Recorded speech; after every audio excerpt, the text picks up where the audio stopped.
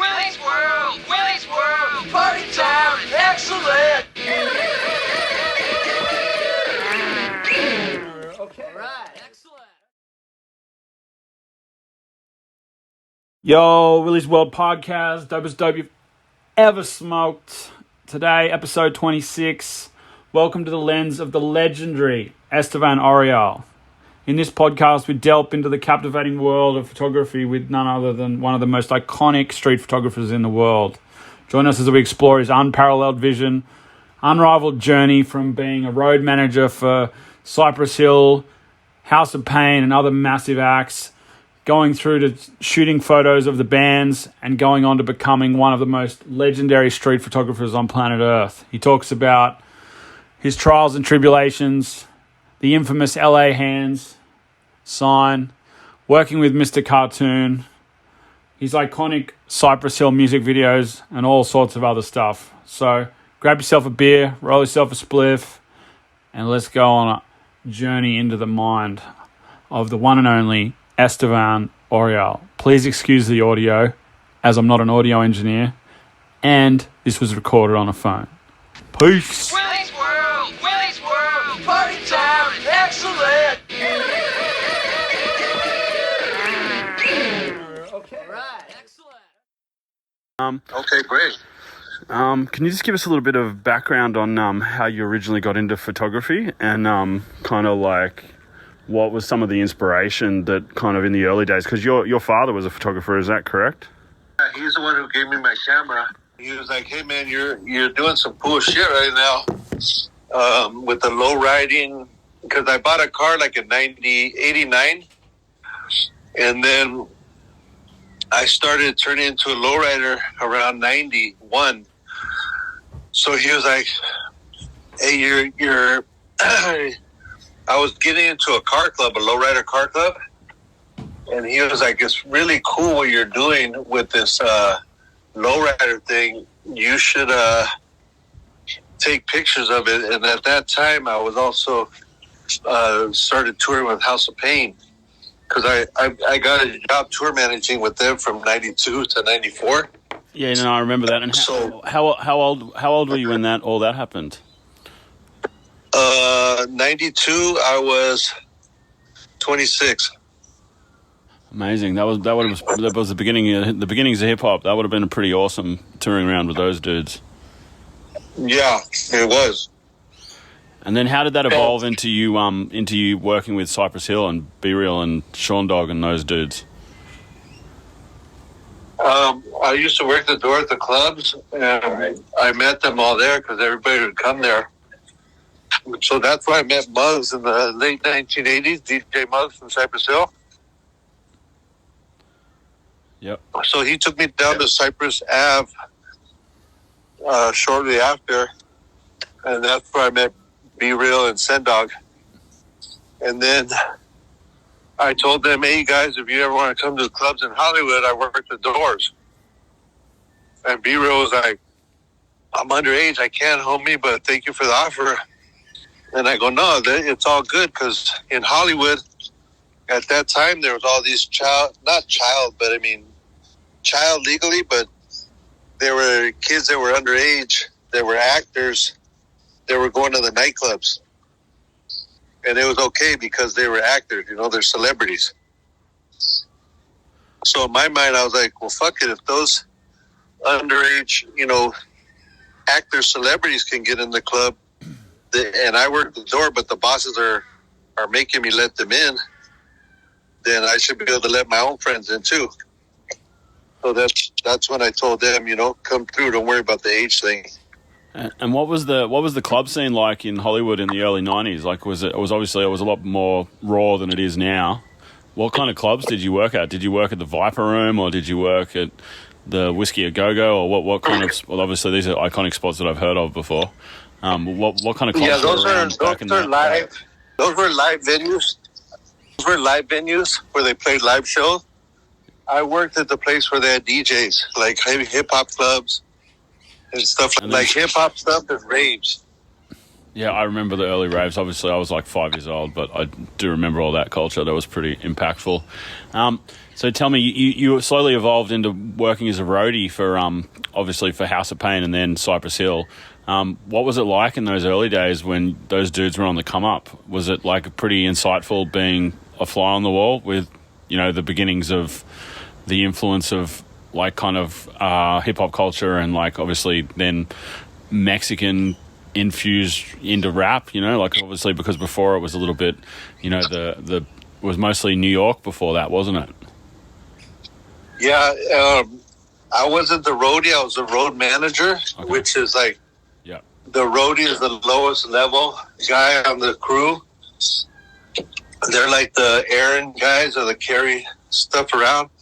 I was a road manager, so I was arranging the travel, doing the accounting for the tour. I was organizing the tour bus, paying the drivers out. I was paying everybody's per diems. I was organizing the collection of the money from the show at the end of each night. And I was also doing the merch when we would, I'd bring in the merch, count it out with the merch people, and then count it back out at the end of the night, and then compare what was missing to the money that they gave me. So my job was pretty extensive, but it didn't start like that. It was pretty much make sure they get to the airports on time, check them into the hotels, and have them do their interviews. But as the record blew up, Jump Around blew up, the job went full-blown crazy, and I just was so deep in it already. I just went with the flow, and I didn't even notice what was going on. And then in 94, I started working with House of Cypress Hill as a tour manager. They had fired theirs, and I called them up, and they're like, "Hey, just come on over here. Those guys don't want to tour no more. They're breaking up, so come this way." So I went with Cypress Hill from 94 to 2005. And what happened was they were kind of burned out of touring from 91 to 2005, and they wanted to take a break. But I quit. Like, for me, if I'm on tour, I'm making money. If I'm not on tour, I don't make money. So I couldn't. It wasn't the same if I take a break from when they take a break, because they're getting royalty money off their music, and they have money coming in from their record deal. For me, I only had money coming in from the thing. So at that point, I was like, do I go back to working the doors, go back to construction, or do I stick it out and go head on with this photography and directing thing? And that's what I did. And so originally you just started taking photos as kind of a fly on the wall as the road manager, and then that's evolved into your photography career. Is that correct? Basically, kind of, yes, right place, 100%. right time. Right place, right time, and maximizing my opportunity. Because we've had like 100 of our friends, literally, that we've given opportunities to work with us, and 98% of them don't do shit. Don't work out. Yeah, 100%. That's always the way with everything, though, isn't it? Unfortunately. Like, they see how it is from sitting at home, and they're like, "Man, we want to go on tour. Give me a job. Give me a job." We give them a job, and they're like, "Fuck, we have to work?" Like, "Yeah, motherfucker. That's what a job is." The job is you have to work. You thought everything you saw from back home, like, we didn't have to do shit. We just were hanging out, partying all the time. So when did you like, you get the work done first, and then you can party. For sure. And then can you tell me what was the transition into working as a commercial photographer as opposed to just shooting on tour with your main dudes that you were homies with? How did you get so comfortable behind a camera that you could interact with a potential client or a potential celebrity or somebody that you were shooting with? How did that transpire? I learned that from tour managing, because as a tour manager, you're the one who sets up all the press. So I'm dealing with the magazines, and I'm dealing with the writers and the photographers from the magazine, and then I'm putting them together with the band. So sometimes there was 4 interviews a day at the venue. We'd show up, we'd do sound check, then we'd do the 4 interviews, then we'd have dinner, and then we would do our show, and then we'd go home or to the next city. So I was the one that got the budgets. I got the schedules of, okay, here's the photographer, here's his name, here's the magazine he works with, here's the writer, and this is what they want. They want an 8-page article. They need to get some photos. They need to get an interview. And then it was the same with video shoots. So I would get the budget. I'd get I'd get everything. I'd get the budget, all the video production budgets, the layout, the concepts, and the schedule. And I'd have to make it work with the bands and, go to the video shoots with them. And I pretty much saw how everything worked. And I was like, okay, cool. Album covers are like $20,000 and up. And this is what goes. This is what the $20,000 pays for. Like just for example, like $10,000 for the fee, $10,000 for production, and then the same with video shoots. So I learned how the game worked before I got in it, and basically I started with telling magazines like, hey man, I noticed your people didn't really get a chance to shoot because of the time. It was like 15 minutes for each magazine,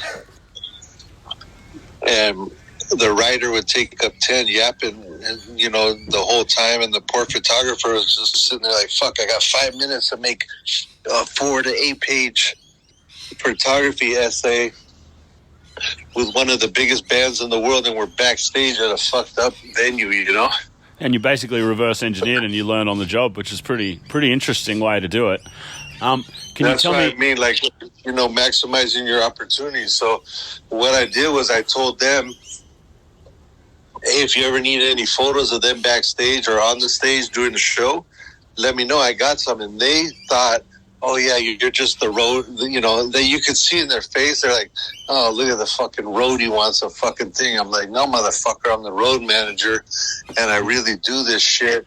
Here's my pictures, like, I have to show them, like, my photos, and they're like, wow, you took these? I go, yeah. What do you think? I'm just carrying around other people's photos? In my head, this is what I was thinking. I wouldn't talk to them like that, but I'm like, yeah, we think I'm just carrying around other people's pictures and I'm selling you them, but it's really going to be me. Like, and that was back in the day when you had to actually have like a portfolio with you at all times, as opposed to having it on a digital. Yeah, you had to have a portfolio or you weren't working. Yeah, and you had to show that you could work. So it's really, really hard to show that you could work in a professional environment when you've never worked in a professional environment. So for me to get like my first video, they were like, I told B-Real, I go, hey man, you should put your name on the videos, like you co-directed it, because that's what I noticed that Snoop and Ice Cube were doing in the 90s. And he was like, why don't you do that? You're the camera guy. And I go, cool, back me up. Tell the record label that I'm going to fucking do that shit. And he was like, I got you. So he told them that I was going to direct his video. They said, okay, great, send us his work so we can see how good he is. So how the fuck do you send somebody work when you've never done that kind of work? It's like, oh, it's a first-time director, blah, blah. It's like, yeah, well, fucking get, everybody starts somewhere. So I had I took 2 VCRs, and I took a tape of footage that I had made, and I took a blank tape and I put it in there, and I did it like the old school way of making like mixtapes for yourself. I would press play on the one VCR on the left and play the footage, and then I would record on the right side, and then I would stop it when the footage was there, and then I rewind the tape or find the next piece of footage that I want, and I record it again, and then I took it to a place and I put the song on the VHS, Like I made him make me another VHS with the song and the footage, and I sent that to them, and they're like, "Cool, you got the job." So I basically edited a video out of footage that I had on a VHS tape with 2 VCRs, and I laid down a track to that at a place in Hollywood. Sent that to the label, and that's how I got my first video. And now I'm up to probably 50 or 75 videos in my life. How did you find the transition into cinematography as opposed to like shooting stills? Was that a steep learning curve, or just because you'd been around it so often that you just kind of learn on the job by watching? You're around some of the best in the world at what they do.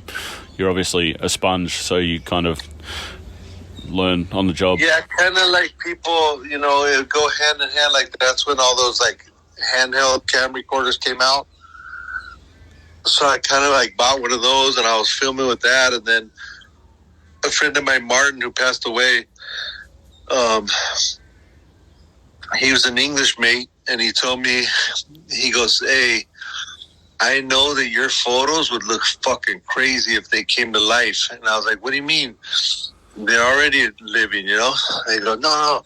If you film with a camera, like a Super 8 camera," and so he gave me one as a present, and he was like, "Just when you go to photo shoots, just pop it out and shoot a little bit of the same thing you're shooting with the camera with this, and see what you think." And that's what I shot the footage on, that I edited with the 2 VCRs, and they got me that job. They're like, "Fuck, man, you're in there."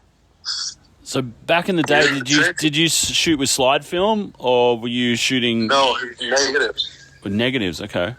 And how did you find? Slide film a little bit, but it was a pain in the ass. You have to get the fucking sheets, and they're clunky. It's hard to. Then the slide would fall out of the sheet, and you just lose it forever, and it's fucking nightmare. And it was always harder to get slides printed over negatives. And then how did you find the transition to digital? Obviously later in the early 2000s. I was the last person to cross over to digital, I think. I was holding on. All my friends were like, "You're fucking up. You're going to be a fucking dinosaur. All this shit's going to pass you up. You're going to get stuck, and you're going to get lost in the shuffle." And I was like, "Well, fuck it then, And thank God for the hipsters of America. They came in and they wanted to use film cameras again and shoot film and shoot with like point and shoots and Holgas and Polaroids. And so that brought the film thing back to life. So by that time, I was already like the film guy, They're like, "Well, he's the king. He never fucking switched over to digital. Let's use him." But I would do digital for certain jobs, but I just hated it because I thought it was cheating. You get to see on the screen what you're getting, and you don't have to push the button until you see the perfect thing. And then there's those assholes that do the spray and pray. They're just like, just shooting a fucking million photos because it doesn't cost nothing. They never had to pay for film, so they don't know what it's like to just line up a great shot. Their whole thing is, if I shoot 1,000 pictures, I'll get one good one out of there somewhere, and if I don't, I can always fix it in Photoshop. And they're like, "Oh yeah, don't worry, we'll fix that in Photoshop." I'm like, "How about just shoot a good picture and you don't have to do all that shit?" It probably takes more time fixing a photo in Photoshop than you taking a couple extra seconds and making it perfect when you're shooting it.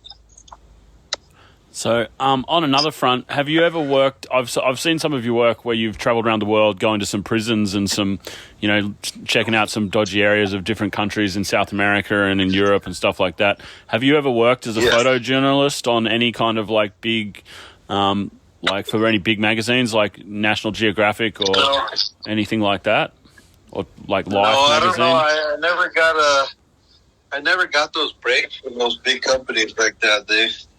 It's always so cliquey, They have their own people, and they don't want anybody new coming around. And then, they have their own little certain, certain things that they want that they change, every time. Like they're like, oh, you have to have 10 years experience and you've had to travel, and they do that same bullshit that everybody does. Like, well, have you ever shot a video before? Well, okay, you haven't? Well, send us what video work you've done so we could see.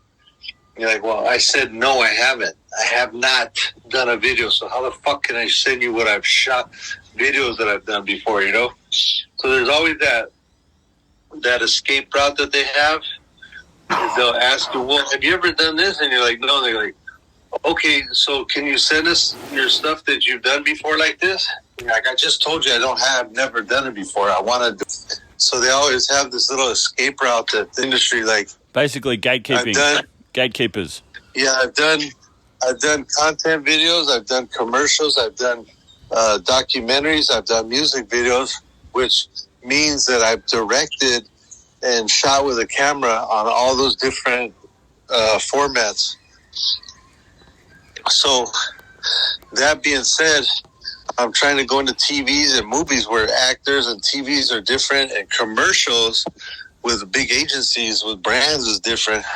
And they're like, well, have you done it before? Do you have a commercial reel? Do you have a TV reel? Do you have a feature? And I go, no, I'm trying to do it.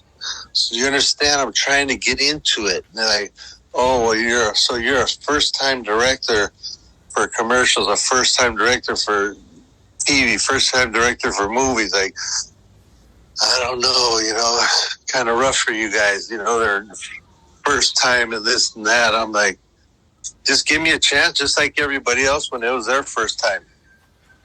So there's a whole lot of, like you said, gatekeeping going on. It gets a little bit of frustrating, but I like challenges. I always have. They don't scare me, and I love to work. So for me, I'm like, every door that you shut in my face is just going to make me stronger and want to get it more.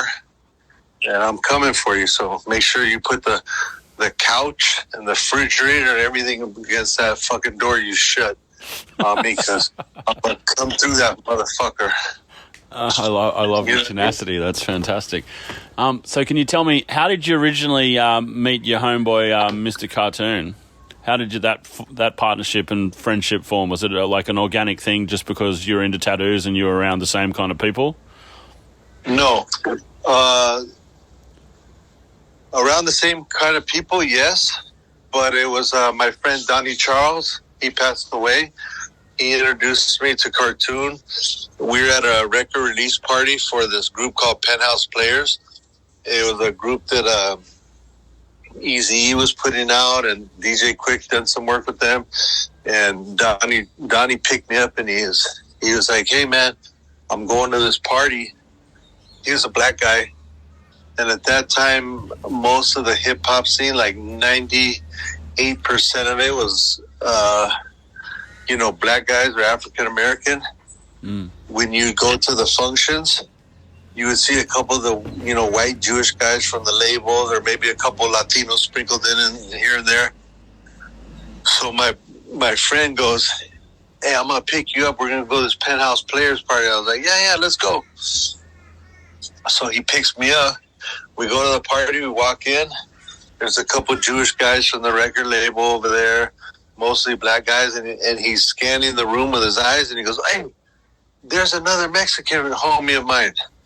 I want to introduce you so you guys can kick it together, like meaning, let me put the two Mexican guys together that are in this place and you guys can hang out together. It's kind of like that type of vibe back then. So he takes me over and introduces me to Cartoon, and then he walks away and goes and starts talking to everybody else.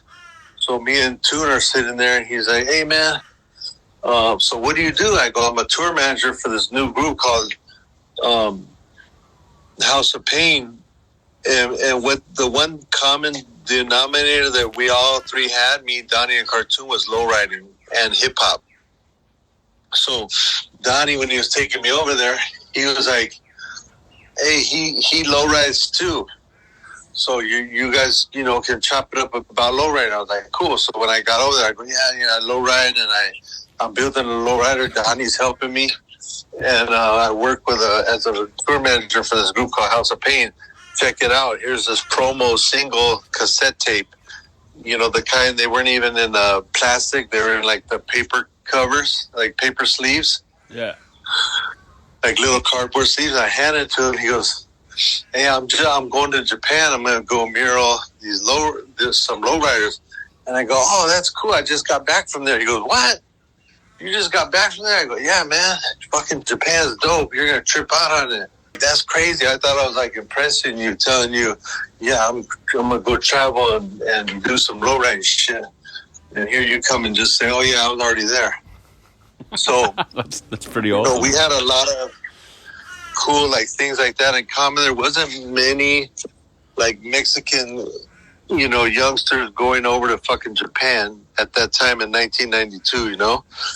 So to meet somebody else that's in hip-hop, that's into lowriding, that's traveling and going and learning other cultures and seeing some cool shit, it wasn't very common. So we hit it off like that, you know?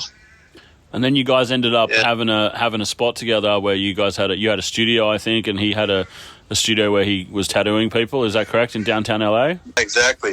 The business started growing so much that we got other partners and we got all these big jobs and we were making money. And we had this one customer who was bringing us a lot of money, like a couple million, to do work with him. You know, we probably made like 20% take-home money, and we had like 15 to 30 employees at that time.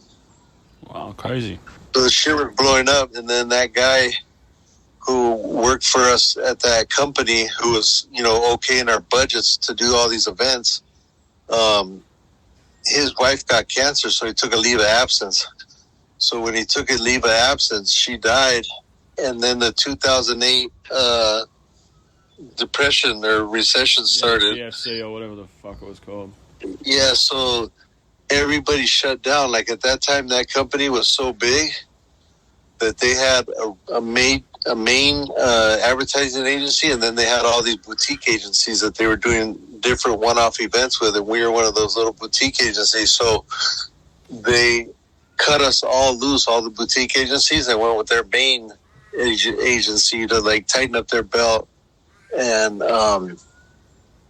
make money. So when they cut us off, everybody's like, well, that was a good run, guys. We had a good run. That was, you know, that was great. I was like, what the fuck do you mean we had a good run? Like, go out and get us some more customers, you know? Like, we're just going to stop because we lose one client? And they're like, well, you know, yeah, kind of. It's like the rent is getting it. At that time, our rent was $10,000 a month, and we had 3 spaces, so $30,000 a month. Fuck, and when we had started there, maybe, let's see, 12 years before, it was $2,500 a month, so $7,500 a month for 3 spots. Went up to $30,000 a month for 3 spots. And then we lost the client that was paying the most of the money for all those bills. And so we had to cut employees, and we cut, you know, down to 2 warehouses, and we cut to 1. And we're like, fuck it, you know. So we had a good run. But me, I'm not really a quitter, so I don't really think that way. But I was forced, you know. I had 6 of us in the company, and when 5 guys are quitting and taking their ball, going home, what the fuck can I do, you know? And how did you originally come up with the concept of getting into for the LA Originals documentary, and what were some of the documentaries that you made previous to that to kind of get to cut your teeth with to produce something so iconic?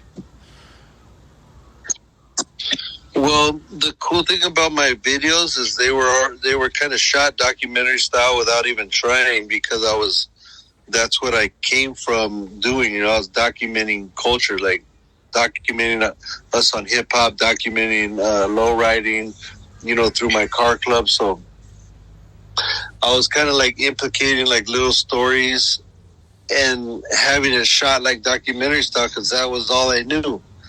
I didn't go to film school and learn about let's shoot at a studio and do all this fake shit and make, put lights up and, do all this acting, different shit. I just was, what you see is what you get. And we're doing this, and this is what I know. And this is the roles we're gonna play in these videos. So, what was it like? The whole time I was documenting, I'll send you a link to Instagram. Legend. I came up with this documentary we were going to make. It was going to be called Ink. And it was the original LA Originals. And we went to go sell it as a documentary to these, movie guys. And they were like, we don't want to do the documentary, want to make a movie. And I was like, but I want to make a documentary. They're like, that's great, we want to make a movie. You want to make a movie or you want to make a documentary? The movie you can do for $500,000. The documentary you could do for $500,000 budget, or you can make a movie and get like $50 million, or $25 million budget. And you can really make a movie. And I was like, oh, fuck, let's do that then, So they tied up my film, my documentary for 10 years while we were making this movie. And it was called Fine Line because at the same time we were doing that,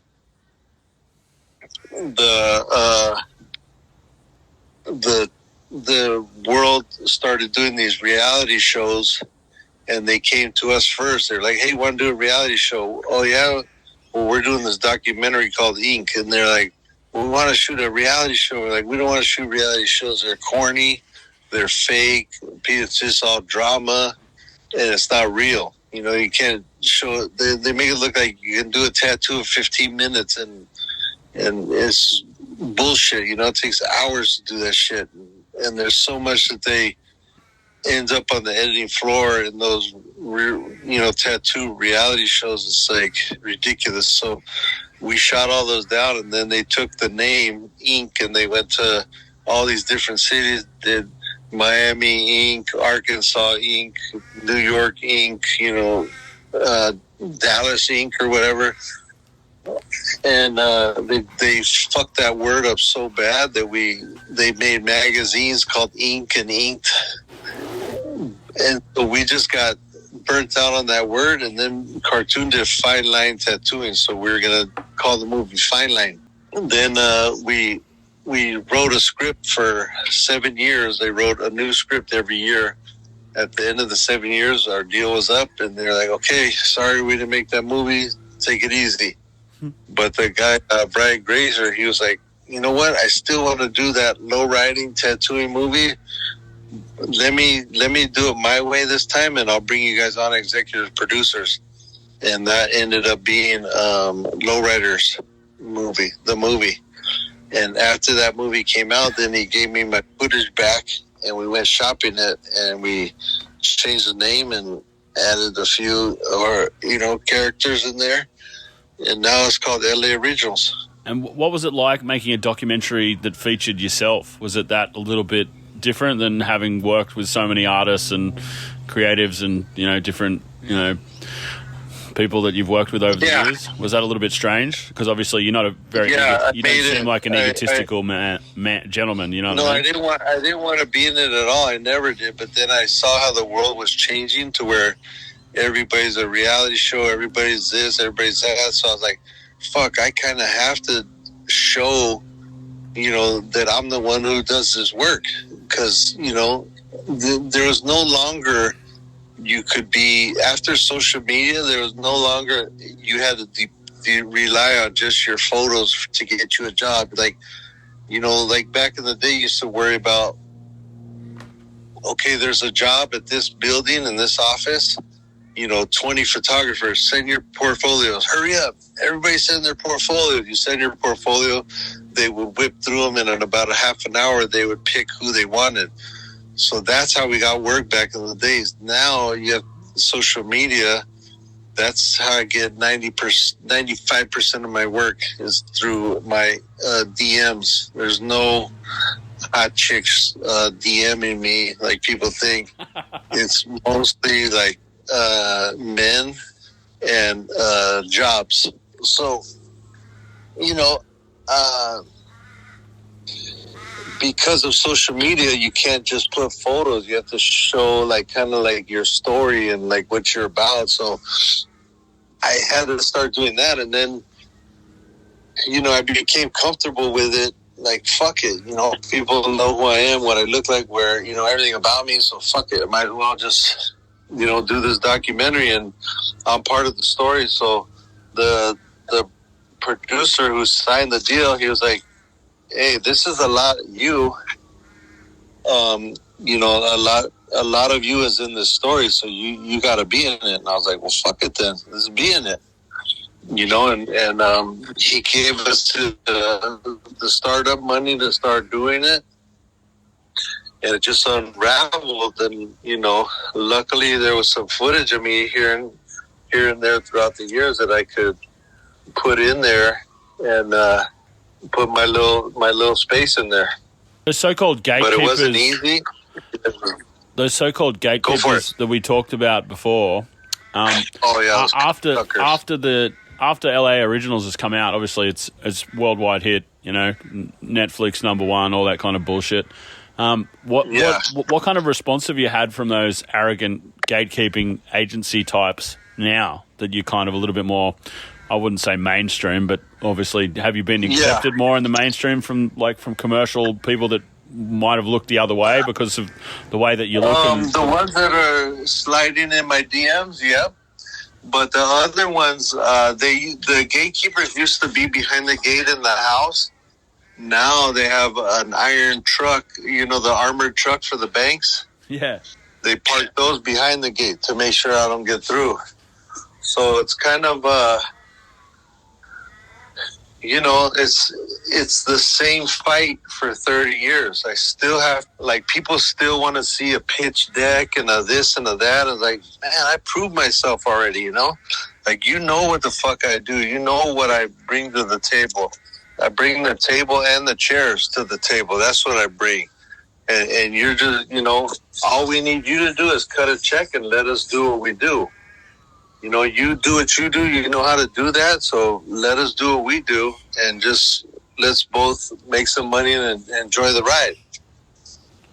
And as you, people with money, they want to control everything. And the richer they get, the more spoiled brats they act like, because they're not, they want their way. I want my way or it's nothing. You can go home. And you're like, the fuck? Yeah, especially in LA. Serious? In that Hollywood world, it's definitely like that. That's for sure.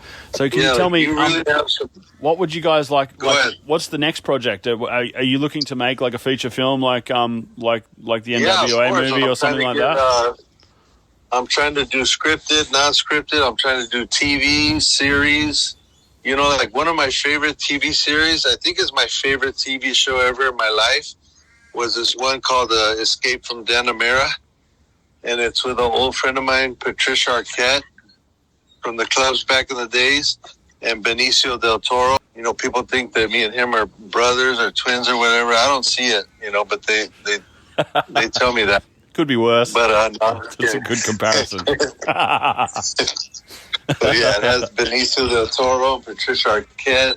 Didn't she used to date? And it's an incredible 8-part TV series, and that's the kind of TV I want to do. Or I want to do movies like Chopper Reed or Irreversible, Maria Full of Grace. I got to meet Chopper once, actually. He was an interesting fellow. City of Gods. I was trying to meet him. I went over there and I wanted to, meet old Choppy Chop. Choppy Chop. That's awesome. Yeah, Choppy Chop. Have a few shags here and there.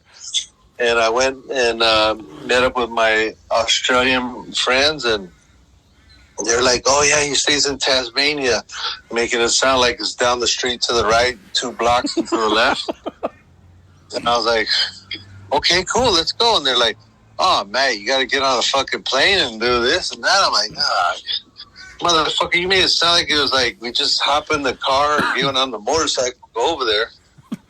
And then, like, at the time when I could go, he died.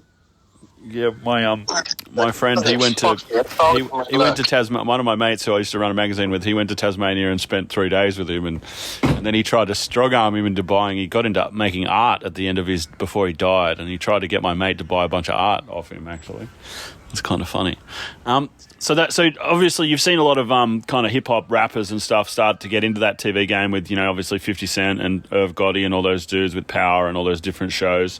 Do you see that as kind of like a catalyst for you to be able to break into that game? Do you think that that's opening the doors in Hollywood for them to be able to start taking people like yourself with real life stories a little bit more seriously?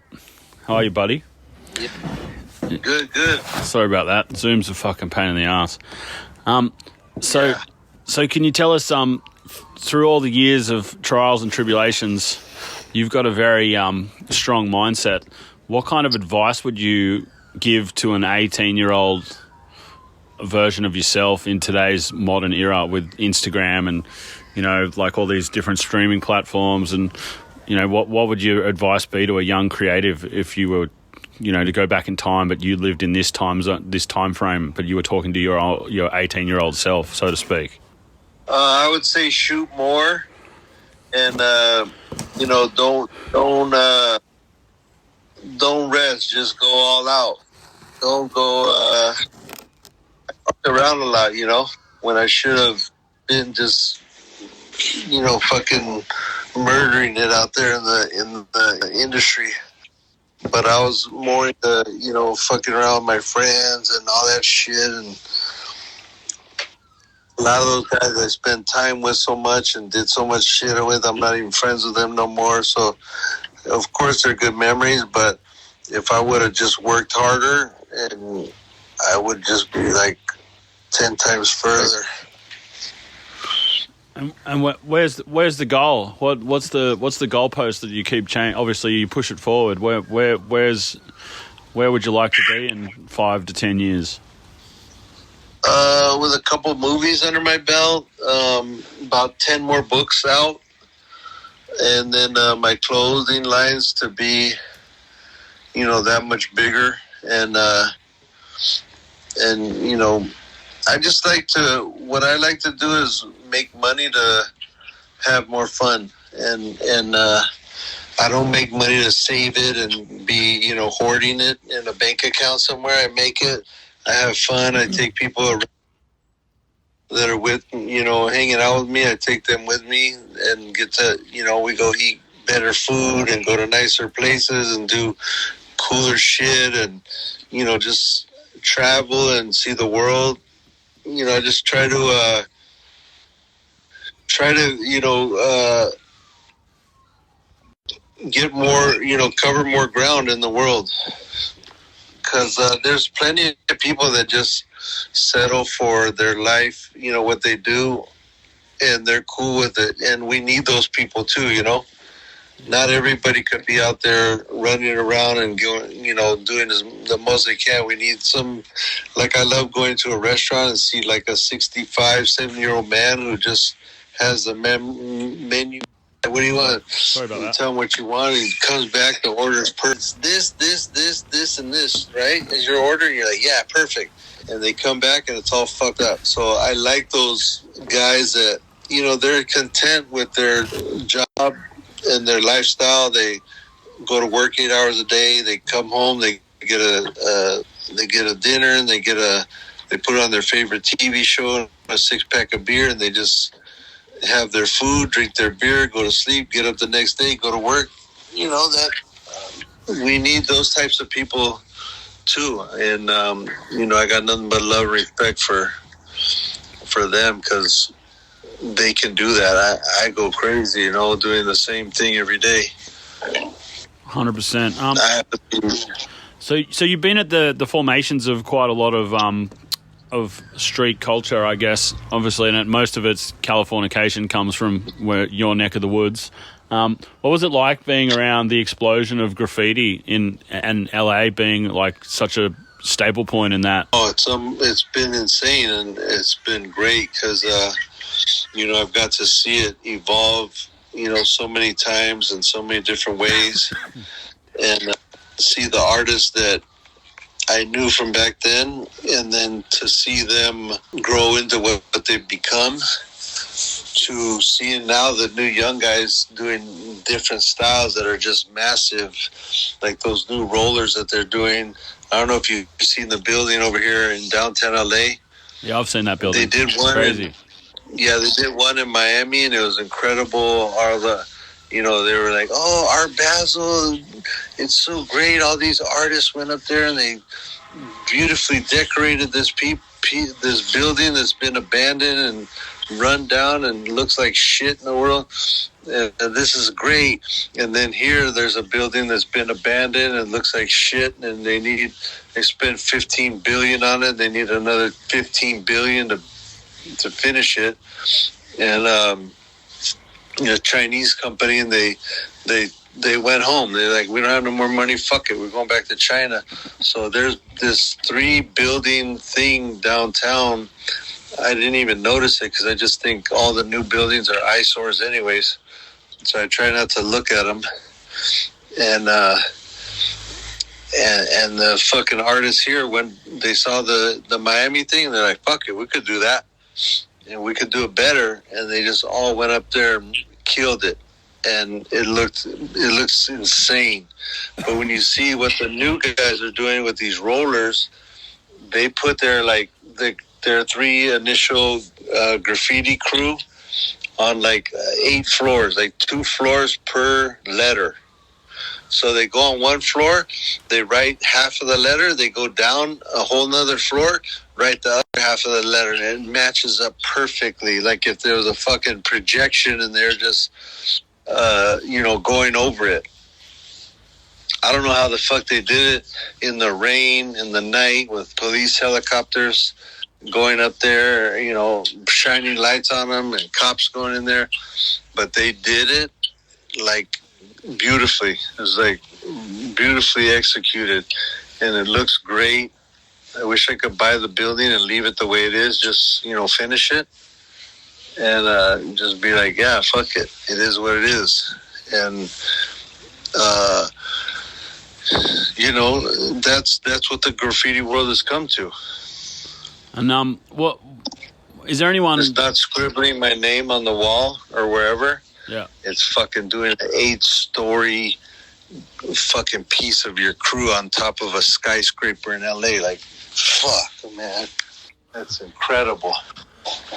Makes me want to punch this, and I get so excited. But I'm not. He's a good guy. So you've been doing this for a long, long time, and 30 years. You seem like you're still a very enthusiastic young gentleman. Oh yeah, I got energy. You got lots of energy. What keeps you stoked all the time to wake up and be alive and live? That's exactly what. You just answered it right there. And living. That makes me happy. So many of my friends have died and they're not living no more. And they're not here, and they can't do nothing that I'm doing. And they were younger than me. And I'm still here. I get to do all this. And I think of them the whole time I'm doing it. Like, fuck, man, my homies can't do this no more. You know what? I can't. And if they were here, we'd be doing it together. But they're not, so I'm going to do it for them. And is there anyone else? Is there anyone out there in the world that you'd still like to work with that you haven't worked with yet? Is there any dream list? Of course. Hell yeah, there's a long list. I could kind of see you directing a gangster movie with maybe a sequel to Heat with Al Pacino and Robert De Niro and a couple of crazy cholo actors in it. Pacino, Robert De Niro. I'd even get fucking Val Kilmer in there with his trach. I would get Danny Trejo, and then Danny died. Yeah, you know, I would love to do something like that.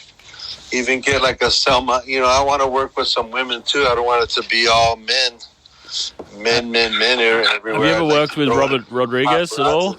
What's his name? Is that? Yep. Yeah. Who? Robert Rodriguez, and obviously I've shot him. Yeah, any like, I've done would you like photos to make a movie like that, like Dust Till Dawn or something like something like crazy like that? Yeah, Dust Till Dawn. I really love my boy Quentin Tarantino. He's a fucking, you know, he's a monster when it comes to you know, great projects. Both those guys, you know, they do what they want to do and how they want to do it, which is fucking great. They're not like kiss-ass suck-ups to, you know, people like, oh, yeah, you can do the movie however you want, and then you sign the deal, and then they go, oh, yeah, you can do the movie, but not how you want it. You got to do it everything the way we want it, and they just bow down and take it, pull their pants down, they take it. But those guys seem like they fucking stand up for themselves, like Bob Marley, you know. They got to get up, stand up for your rights. Have you seen the new Bob Marley movie yet? Did you like it? Don't give up the fight. No, I haven't. I want to, though. My daughters want to go see it with me. It's actually pretty good. And Brad Pitt was the guy that executive produced it, actually, which is pretty cool. Oh, I thought he was Bob Marley. No, I'm just kidding. No, Brad Pitt was in the credits. The movie companies, they always want to, you know, like get a Brad Pitt to play in the movie. He's a great actor, but no, he was just the executive producer. That was what the credits for. Maybe it like. No, I know, but I'm saying like over here in Hollywood, they want every movie to have Brad Pitt in it because he can put asses in the seat of the theater. But they don't think like that in other countries, which is why they have. Like, to me, I think Hollywood makes movies, and the rest of the world makes films. I totally agree. The difference is it's artistic. Here, it's about money. There, it's about you know, how do we just make a great piece of art? You mentioned one of my favorite movies of all time, which is City of God, earlier in the interview, that's a fucking incredible movie. Yeah, it is. I don't even speak Portuguese, but... You see Maria Full of Grace? I haven't seen... What's it called? Maria what? Maria Full of Grace. I'll watch that tonight. I'll get real stoned and watch that. Yeah, it's a Colombian movie. And it's about mules. And they got this girl named Maria to be a mule for the drug cartels. And it's fucking amazing. It's right there along the lines with Chopper, you know? Yeah, no, that's a great, interesting movie choices. That's really cool. Yeah, it's like, back in the day, my favorite movies were, well, no, it's crazy. It's three of my favorite movies when I was in my 20s was Once We're Warriors, the first Mad Max, and Chopper. Man, that first Once Were Warriors is fucking gnarly. Uncle Bully, and then the fucking Jake the Muss. Fuck, he's a gnarly. That guy. He plays he's in all the Star Wars movies. He's the guy that plays Boba Fett. Same actor. And then his brother was in Training Day. Yeah, that'd be a really interesting photo expose for you to go to New Zealand and to shoot all the gnarly islander gangs in New Zealand. There's like the Headhunters and the Mongrel Mob and all those guys. Have you ever been there before to shoot those kind of dudes? Yeah, I just shot a couple of them, but I want to go back and really do it, you know? Yeah, because all those crazy headpiece tattoos and stuff like that, it's pretty gnarly culture. Yeah, you know Sonny? Sonny Aberton, is that who you're talking about? From the Mongol Mob? No, I think I know who you're talking about, yes. I don't know him personally, no. Yeah, he's the main guy. I did pictures of him. I think I've seen those photos, actually. Yeah. What about the Yakuza in Japan? Have you ever shot any? Shot them too. Yeah, okay. And you've released tattoo books, haven't you, before? No, I released one called what's it called? This is Los Angeles, and then another one called LA Portraits, and both of those had tattoos.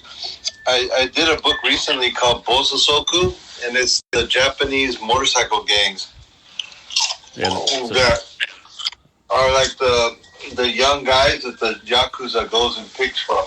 Pretty cool. And how long did you spend in Japan and when you were shooting? I've shot it 5 times since the 90s. That's so cool. Is that one of your projects that you're most proud of? Because it's just such a long project.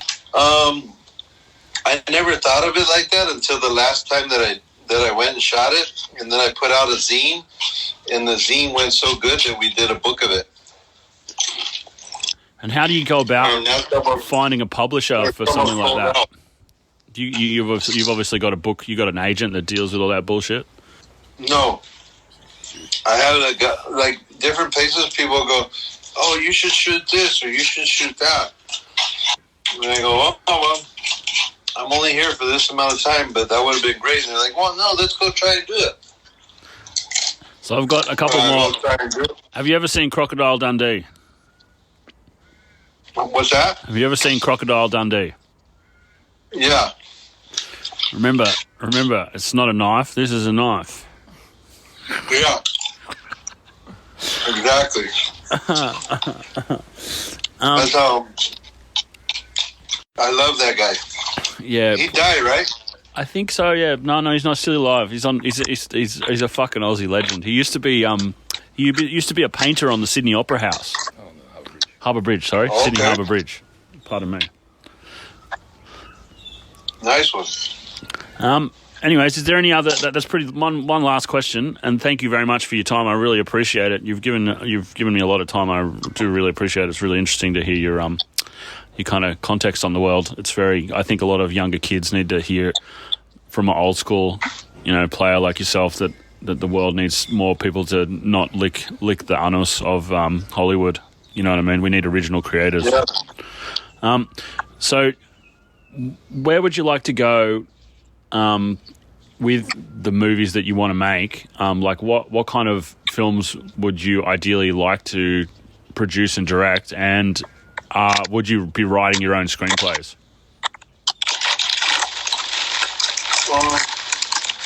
Basically like those ones I mentioned, like rough, rugged, raw, gritty, real movies of, I'm not interested in doing like if I were to do a blockbuster, I would want to do like the Joker with, like that, or something along those lines. I wouldn't want to do the Batman or the fucking whatever, I'd want to still, like, that was still raw and gritty, but it was with fucking De Niro and Joaquin Phoenix, Yeah. Yeah. But if you like, it was nothing what I thought. People were like, "Oh, you should go see the Joker movie." I'm like, man, because you have Joker Company. I'm like, yeah, okay. And then they're like, "No, it's really good. It's not what you think."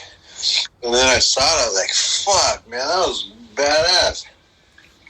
It's definitely a pretty gnarly movie, and Joaquin Phoenix is a fucking good actor, man. He's very raw, very, very raw. Anyways, I think that's pretty much it. Thank you very much for your time. Let me ask you a question. Go hard. You ready? Yep. How did you end up with Sprinkler 51? Because those guys are two of my good friends. I've done a few. I've done a few issues. One of the guys that used to work for them has bought the magazine off them, and I remember I used to be a pro skier, so I used to do on the freeride world tour and stuff, like freestyle skiing, like X Games, all that bullshit. And I remember I used to live with. Do you know Chad Fernandez, the pro skater? You ever met him before? I used to live with Chad. I've seen him, yeah. I used to live with Chad, and I remember meeting Brooklyn Dom years ago, and he gave me a copy of Frank 151. He's a good friend of mine. and Dom gave me a copy of Frank 151. This is like 15 years ago when I was like 20, a long time ago. I just was kind of obsessed with it. I tried to get as many issues as I could, and I was just like, this is so cool how it's curated by someone. And then I've been on bail. We're like we do like cannabis activism, and I've been on bail for the last 22 months for projecting cannabis leaves on the Sydney Opera House. We just won our case like about 2 weeks ago, and I got in contact with Frank about doing some editorials and some interview stuff with us, and then I just became friendly with him, and I did some stuff with some other people, and basically now we're kind of working together, and they're pretty cool people. They're based in New York, obviously, and now we're starting to work together on a few different projects, and hopefully we're going to do something at Art Basel, and they want to do some stuff with Netflix and blah, blah, blah, blah, blah. But I just think it's so cool that they have... I used to run a magazine. I love print media. I love, like... What was it called? It was called Apollo. It was the biggest independent men's mag in Australia. It's kind of like GQ or FHM. This is a long time ago. Because I used to work for a couple magazines over there. You know, you shot the issue for Acclaim that I had an interview in. That one with the LA... With the LA hands with that chick. I had an interview in that. You guys did a thing with Andrew Montel. Yeah, now she's my girlfriend. Oh, amazing. Cool. You're doing... I was That's so crazy. That's I really was cool. friends with her like throughout the years here and there. Yeah. Then when the pandemic came, I split up with my wife for 25 years. And I got with Eve, like, just to hang out. Like, I wasn't with my wife no more. And then, like, hey, you want to go eat? Yeah. You want to go do it? Yeah. And then, we were like, oh, this is cool hanging out with you, you know? And now we've been together for a couple of years since the pandemic, and it's crazy because I shot her like 10 times throughout the years, but never thought it would be my chick, you know? Yeah, well, because you're married, so that means you're a good dude. Yeah. You're not looking at her like a piece of meat. Yeah. It means you're OG. I respect that. And she probably respected that too. Yeah. Because most dudes are just... She was like, you ever think? I go, no, I never. So can you tell me one more question?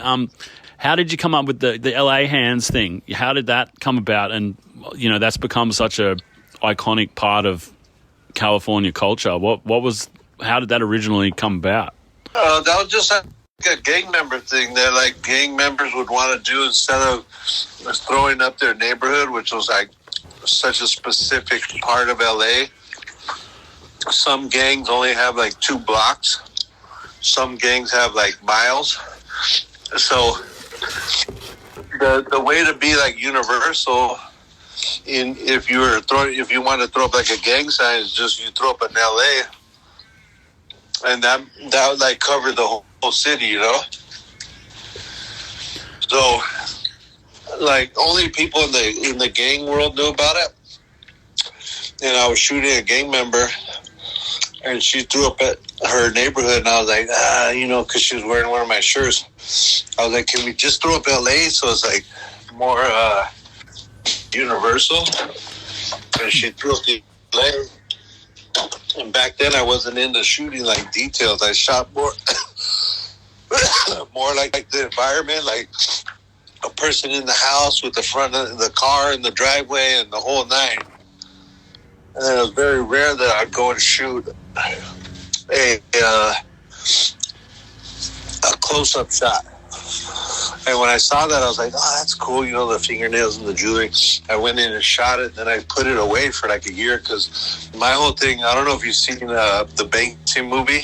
Yeah, I've seen the Banksy movie. Did you say the exit through the gift shop? Is that the one you're talking about? Yeah, I actually met Mr. Brainwash, and he was Mr. Brainwash was even weirder than I thought he would be in real life, because I speak fluent French, and I ended up talking to him for 10 minutes in French.